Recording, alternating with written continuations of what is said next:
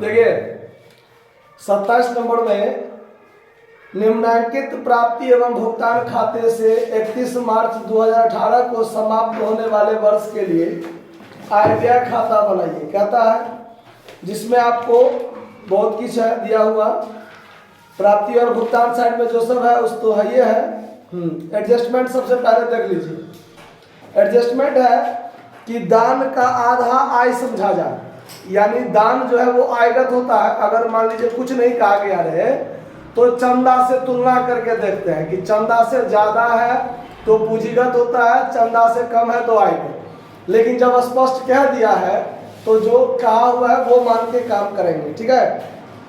उसके बाद वर्ष के अंत में किराया जो है वो 100 रुपया अदत्त है। वर्ष के अंत में कर्मचारी का वेतन 300 रुपया अदत्त है और विज्ञापन के लिए 50 रुपया बाकी है। 525 रुपया विनियोग पर ब्याज अर्जित हुआ था किंतु प्राप्त नहीं हुआ। तो विनियोग पर ब्याज जो है वो अर्जित हुआ था, मतलब हमारे लिए आमदनी है, लेकिन हमको कैश में नहीं मिला। इसका मतलब प्राप्ति भुगतान खाता में वो नहीं लिखा होगा। अब हमको आय व्यय खाता में उसको लिखना है। और जो खर्चा अदत्त के बारे में दिया हुआ है वो खर्चा नगद में हमने नहीं चुकाया है तो प्राप्ति भुगतान खाता में नहीं होगा, लेकिन आय व्यय खाता में उसको हम लोग लिखेंगे।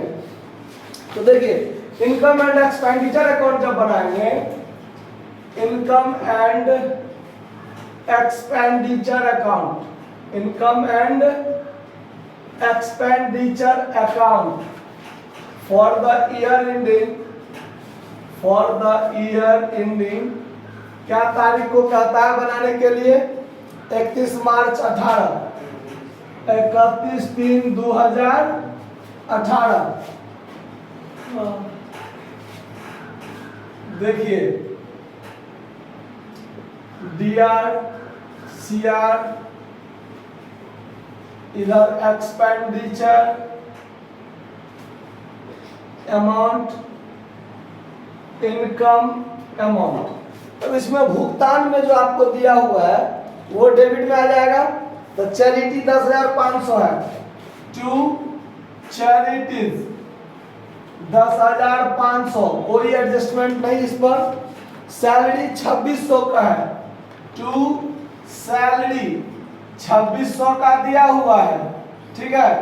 इसमें आपको एडजस्टमेंट दिया हुआ है कि कर्मचारी का वेतन में 300 रुपया बाकी है, तो वो 300 को हम लोग यहाँ क्या कर लेंगे, जोड़ लेंगे और स्टैंडिंग सैलरी लिख के। तो और सैलरी मिला के टोटल कितना हो जाएगा? 2900। उसके बाद rent and rates, to rent and rates, rent and rates 1200 का दिया हुआ है और रेंट के संबंध में देखिए 100 रुपया बाकी है, तो ये 1200 में 100 रुपया क्या कर लेंगे, ऐड कर लेंगे और स्टैंडिंग रेंट। तो रेंट टोटल कितना हो जाएगा? 1300।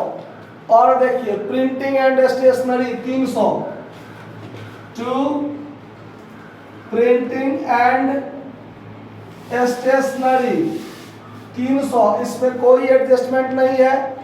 पोस्टेज 100 का है, टू पोस्टेज 100 रुपया का हो गया। उसके बाद एडवर्टीजमेंट 250 का है, टू एडवर्टीजमेंट, एडवर्टीजमेंट 250 का है और 50 रुपया क्या है बाकी, तो आउटस्टैंडिंग एडवर्टीजमेंट। तो टोटल कितना हो जाएगा? 300। परचेज ऑफ फर्नीचर लिखाएगा? नहीं लिखाएगा। क्यों? क्योंकि ये फिक्स एसेट्स है, ये पूंजीगत व्यय हो जाएगा, नहीं लिखाएगा। इन्वेस्टमेंट ये भी फिक्स एसेट्स है और इसका खरीद क्या हो जाएगा, पूंजीगत व्यय माना जाएगा, ठीक है, और वो उसको इसमें नहीं लिखा जाएगा। चलिए क्रेडिट साइड के संबंध में आइए। टू बैलेंस बीडी तो होगा नहीं, डोनेशन 8000 का है तो उसका आधा कहता है मात्र आयगत मानिए, डोनेशन का आधा मात्र 4000 आयगत माना जाएगा, तो 4000 लिखेंगे, बाकी 4000 नहीं लिखेंगे। चंदा 12000 का है और चंदा के संबंध में कोई एडजस्टमेंट नहीं है, तो बाय सब्सक्रिप्शन, बाय सब्सक्रिप्शन कितना है, चंदा कितना है 12,000। तो ये चंदा हो गया 12,000। उसके बाद इंटरेस्ट ऑन इन्वेस्टमेंट 2500 का है। देखिए बाय इंटरेस्ट ऑन इन्वेस्टमेंट कितना का है, 2500 रुपया का हमने प्राप्त किया है।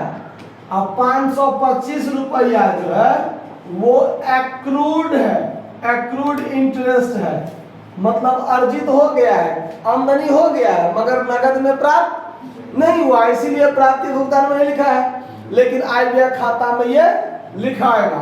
तो टोटल कितना हो जाएगा 3025 रुपया। समझ में आ गया बात। अब एडजस्टमेंट तो कुछ भी नहीं है। तो अब देखिए दोनों साइड में कौन ज्यादा है वो देखिए। तो ये 12,416 3 19,025 ये कम लग रहा है, ये ज्यादा है। तो 12,416 3 19,025 टोटल 19,025 ये हो गया। इसमें से इस टोटल को घटाइए, घटा कर देखिए जो बचेगा वो क्या होगा, सरप्लस। कोस्ट में लिखाएगा excess of income over expenditure. Expenditure कितना आया घटा के 3,625। आंसर है 3,625। चलिए तो ये सवाल आपका बनकर तैयार है। कहीं किसी को दिक्कत समझने में नोट कर लिया जाए। धन्यवाद।